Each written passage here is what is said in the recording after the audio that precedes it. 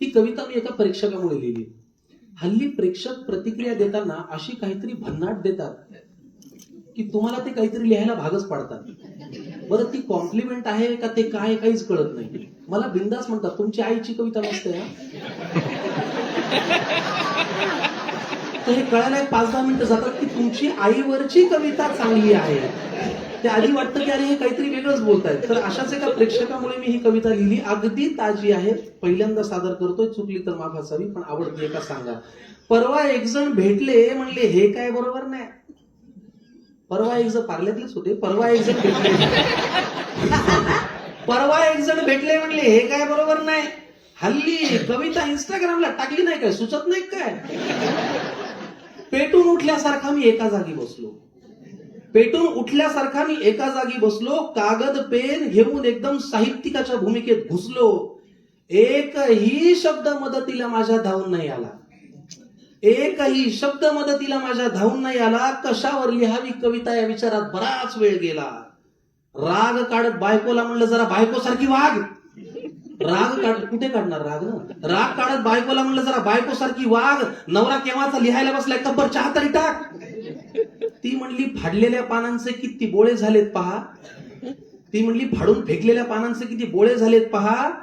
आणि कवितेच्या नावाखाली 13 कप झालाय सकाळपासून चहा.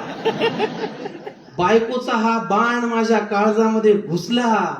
ताजा कवितेसाठी विषय मला सुचला. म्हणलं आता काय लिहितो ते फक्त तुम्ही पहा.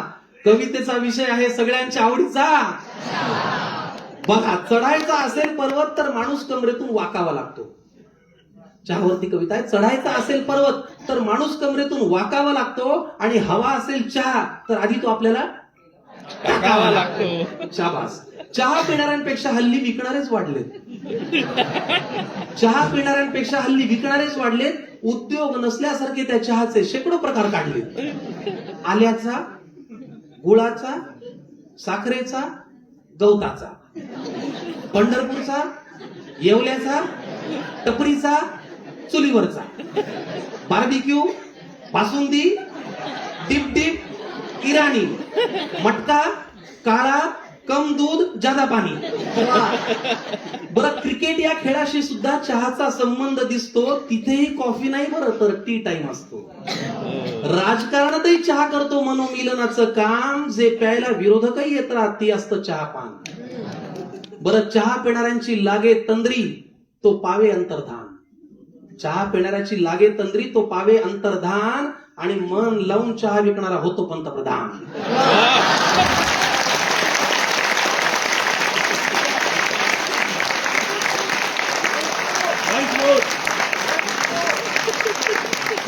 आता इतक्या भारी पेयाला हलक्यात कसं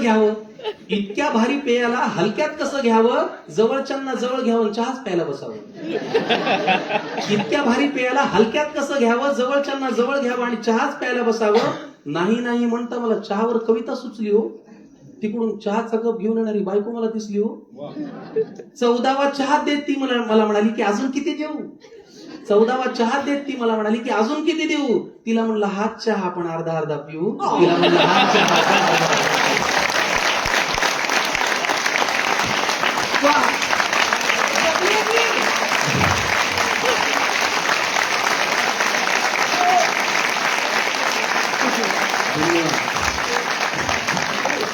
शाबास, वाह. आज पहिल्यांदा ऐकवली बघा.